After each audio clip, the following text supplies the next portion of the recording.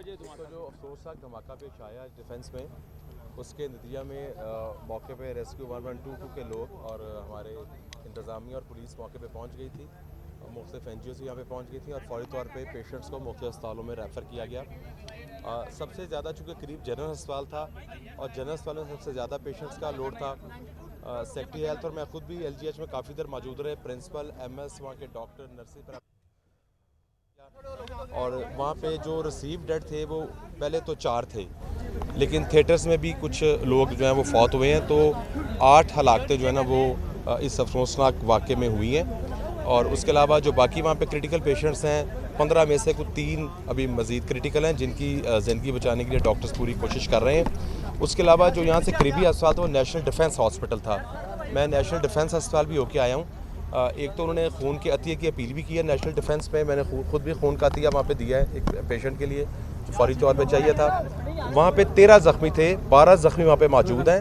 2 ज़ख्मी ऐसे हैं जिनको शायद वेंटिलेटर की ज़रूरत पड़े। एक पेशेंट चूँकि काफ़ी ज़्यादा बर्न था तो उसको रेस्क्यू 112 की एम्बुलेंस में हमने जना अस्पताल बर्न यूनिट में ट्रांसफ़र कर दिया है। वहाँ प्रोफेसर मौसम तारर और जो MS डॉक्टर सुहेल सुकलैन है वो उस पेशेंट को मैनेज कर रहे हैं। अच्छा, ये बताइएगा कि नौयत नहीं बताई जा रही है, ना इंतजामी मशीनरी यहाँ पर मौजूद है, नौयत नहीं बताई जा रही कि किस तरह का धमाका था और कैसे हुआ है।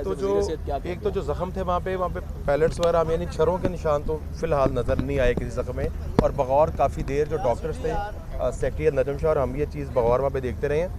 1122 से मेरा रब्ता है आपस में। फोरेंसिक के लोग चूँकि मौके पे काम कर रहे हैं और मैं कोई गैर मुसद्दक़ा बात भी इस वक्त मुनासिब ना होगी करनी, तो फोरेंसिक जो ही वो अपना काम मुकम्मल करेंगे फोरेंसिक वाले, तो उसके बाद मीडिया को भी और फिर ये बता दीजिएगा कि कितने टोटल जो हैं वो इंजर्ड हॉस्पिटल्स के अंदर जो है उनको तिबी बता दीजिए। देखिए टोटल इंजर्ड जो है वो 30 से ज़ायद हैं, मगर जो इस वक्त दाखिल हैं वो 28 दाखिल हैं, क्योंकि जो मामूली नोयत के थे वो ज़ाहिर मामूली मरहम पट्टी के बाद उनको फारग कर दिया। ये लोग थे, ये क्या कर रहे थे? सुबह के टाइम लोग थे, मार्केट 12 बजे के बाद खुलती है। अभी डिटेल देखें, ये इन्वेस्टिगेशन का इशू है हमारे लिए। तो पहला इशू था जब हमें धमाके का पता लगा तो हमें फौरी तौर पर अस्पतालों में जाना था, अस्पतालों में पेशेंट्स को मैनेज करना था।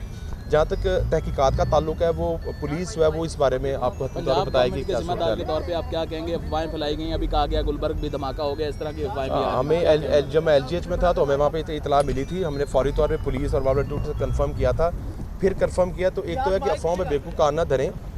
इस वाक़े के अलावा खुदा ना खास्ता फ़िलहाल कोई वाक़या जो है वो लाहौर में पेश नहीं आया। अल्लाह ताला सारी कौम को हिफ्ज़ ईमान में रखे, अपनी हिफाजत में रखे। बहरहाल ये एक ऐसा आजमाइश का वक्त है कि हम सारी कौम को एक होना चाहिए और मुत्हिद होना चाहिए। अच्छा, लास्ट टाइम फिर बता दें कि कितने जो हैं वो जांबाग हुए हैं और कितने पेशेंट जो हैं वो।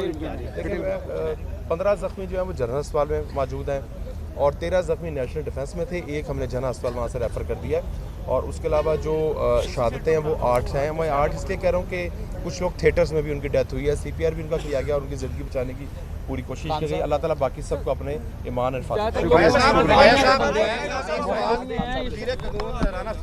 बड़ा मासूमाना बयान दे रहे हैं कि केमिकल का धमाका है, तो क्या कहेंगे आप? नहीं, अभी बाबर भाई हतमी तौर पे मैं इसलिए नहीं कह सकता कि जो ही हमें इतला मिली थी सर उन्होंने हॉस्पिटल्स में चला गया था और फिर मेरा रेस्क्यू वालों से रब्ता था, तो उन्होंने कहा कि फोरेंसिक वाले अपना काम कर रहे हैं।